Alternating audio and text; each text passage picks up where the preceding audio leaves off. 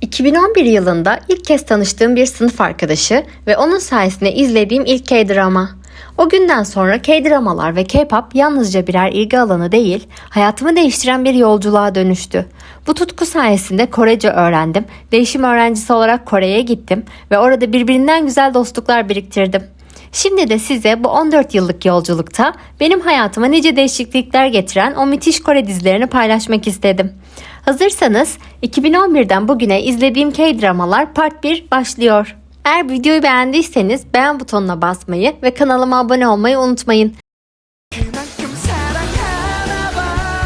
Bir rahibe adayı ikiz kardeşinin yerine pop grubuna katılınca işler karışır. Erkek kılığına girerek grubun yeni üyesi olur ama kimliğini gizlerken grup üyeleriyle aralarında karmaşık ilişkiler gelişir. Hem komik hem duygusal sahneleriyle izleyiciyi içine çeken bir hikaye. Müzik, romantizm ve gizli kimlik üçgeninde bolca sürpriz var. K-pop severlerin kaçırmaması gereken dizilerden biri.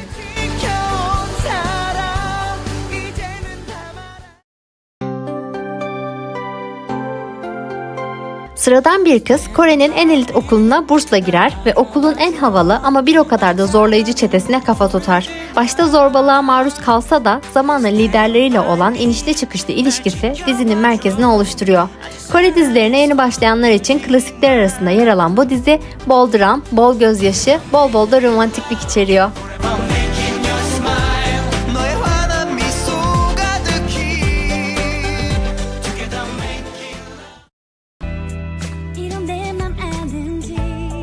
Sakar ve başarısız bir kız öğrenci okulun en zeki ve en soğuk çocuğuna aşık olur. Bir takım olaylar sonucu da aynı evde yaşamaya başlarlar. Aralarındaki zıtlık zamanla sıcak bir romantizme dönüşür. Japon mangasından uyarlanan bu dizinin senaryosu o kadar çok sevildi ki dizinin Japon ve Çin versiyonları da yapıldı. Eğlenceli sahneleri ve saf aşkıyla kalbinizi ısıtacak bu diziyi mutlaka listenize ekleyin.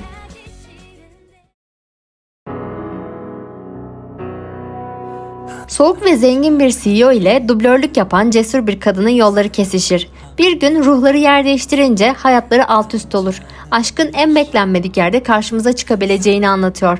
Fantastik ögelerle süslenmiş bir aşk hikayesi ve kalpten gelen romantizm sizi bekliyor.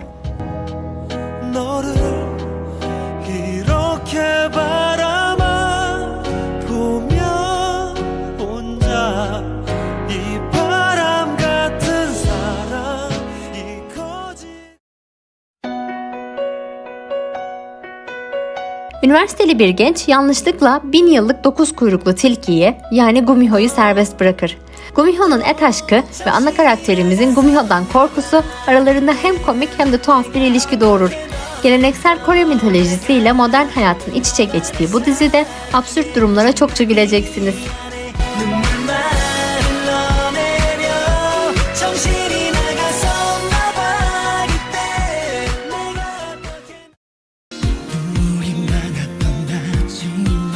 Joseon döneminde kızların eğitim alması yasakken erkek kılığına giren bir kız prestijli bir üniversiteye girer. Orada 3 erkekle tanışır ve aralarında dostluk, aşk ve sırlar gelişir. Dönemin baskılarına rağmen hayalleri için savaşan bir kadını anlatan gençlik hikayesi eğlenceli diyaloglarıyla öne çıkıyor. Kıyafetler, dekorlar ve dönem atmosferi çok etkileyici.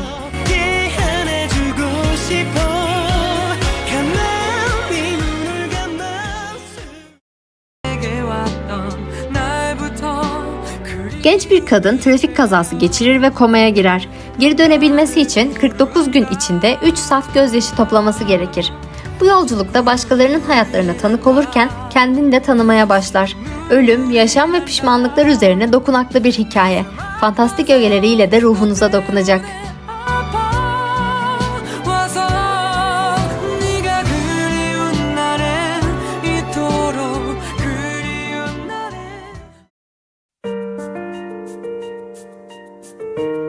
Babası öldürüldükten sonra intikam yemini eden bir adam gizli bir kimlikle devletin yozlaşmış isimlerinin peşine düşer.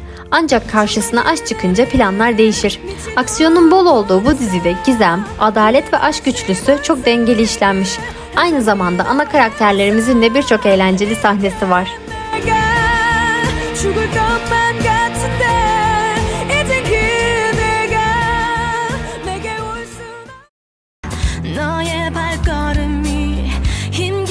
Erkek kılığına giren bir kız, idolü olan yüksek atlama sporcusuyla aynı okula gitmek için uğraşır ve onunla aynı yurda denk gelir. Her an açığa çıkma riski altında yaşarken bir yandan da sevdiği idole yakın olmak ister. Spor, dostluk ve gizli aşk temalı bir hikayede lise aşkı ve bol yanlış anlaşılmalarla eğlenceli bir romantizm sizi bekliyor.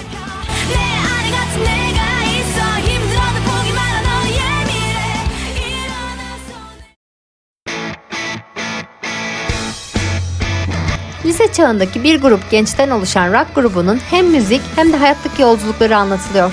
Grup üyeleri dostluk, aşk ve kayıplarla yüzleşirken hayallerinin peşinden gitmeye çalışıyor. Karakterlerin her biri ayrı bir ruh hali, ayrı bir hikaye taşıyor. İçten gelen müzikle hayatı yeniden yazmak isteyenler için birebir. Müziğin kalpten geldiğini bir kez daha hatırlatan dokunaklı ve etkileyici bir gençlik dizisi.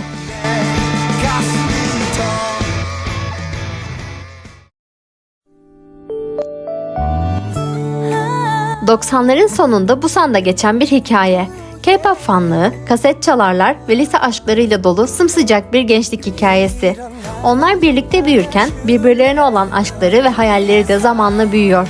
Karakterlerle kolayca bağ kurabildiğiniz samimi bir anlatımı var. Nostalji severler için harika bir yolculuk.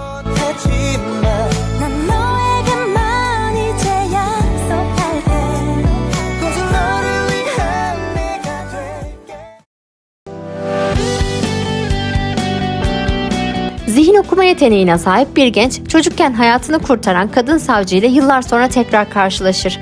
İkili hem davaları çözmeye hem de geçmişte yüzleşmeye başlar.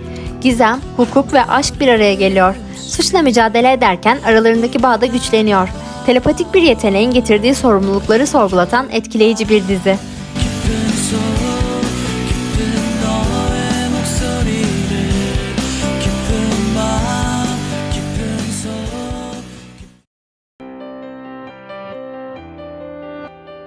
Lanetli bir aile ve gizemli bir aşk hikayesi. Zengin bir ailenin erkek varisiyle evlenecek her kadın gizemli bir şekilde ortadan kaybolur. Bir gün onunla evlenmesi gereken kadın lanetten kurtulmak için yerine kendisine çok benzeyen birini geçirir. Aşk, lanet ve sırlarla dolu fantastik bir romantizm. Karakterlerin sırlarını keşfederken siz de diziye kapılıyorsunuz.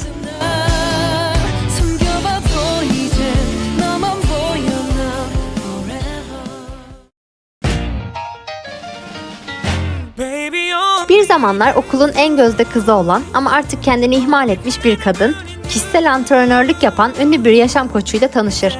Aralarındaki ilişki spor salonundan kalbe doğru evrilir.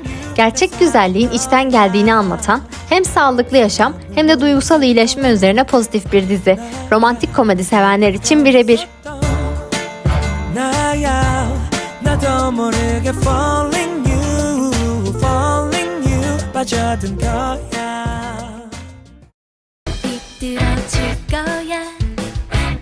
Vampirlerin insanlar arasında gizlice yaşadığı bir dünyada genç bir vampir kızla sıradan bir insan arasında aşk başlar. Ama bu aşk toplumun ön yargılarıyla sınanır. Fantastik teması gençlik sorunlarıyla birleşince etkileyici bir atmosfer yaratıyor. Müzikleri de çok başarılı, farklı olanı sevmeyi anlatan sıcacık bir hikaye.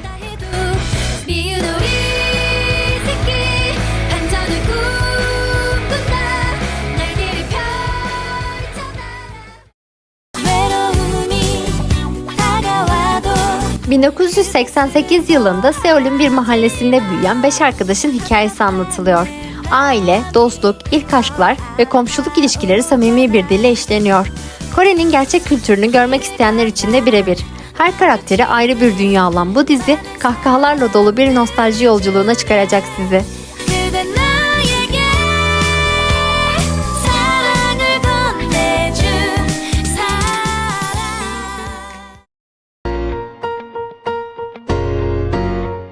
Şille döneminde seçkin gençlerden oluşan gizli bir birlik kurulur. Aşk, dostluk ve iktidar mücadelesi içinde büyüyen bir grup savaşçının hikayesi anlatılıyor.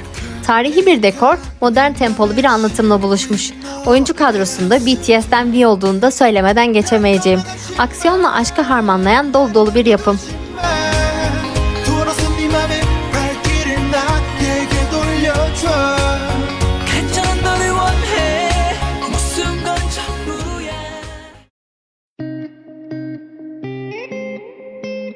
Ölümsüz bir goblin sadece gerçek aşkı tarafından sona erdirilebilecek lanetli hayatını sürdürmektedir. Bir gün onu görebilen ve kaderini değiştirecek özel bir kızla karşılaşır. Güçlü oyuncu kadrosu ve unutulmaz müzikleriyle K-drama tarihine adını altın harflerle yazdıran bu eseri bilmeyen kalmadı sanırım. Fantastik bir aşk hikayesiyle derin felsefi sorgulamalar iç içe geçiyor.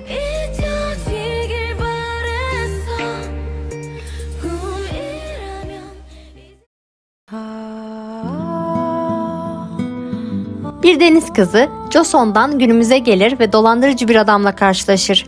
İkili arasında önce karmaşa, sonra tutkulu bir aşk başlar. Fantastik öğeler ve masalsı sahneler modern şehir hayatıyla birleşince ortaya hem eğlenceli hem etkileyici bir dizi çıkıyor. Romantik sahneleriyle kalbinizi çalacak bu dizi.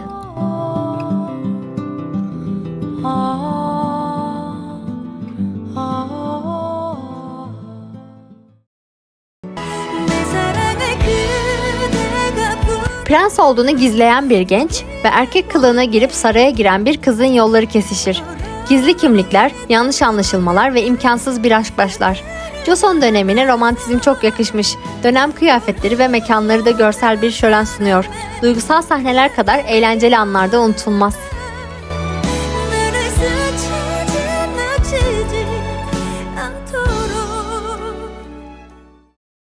2011'den bugüne izlediğim K-dramalar Part 1 burada sona eriyor. Bu tarz içerikleri daha fazla görmek isterseniz yorumlarda belirtebilirsiniz. Part 2'de görüşmek üzere. Hoşça kalın.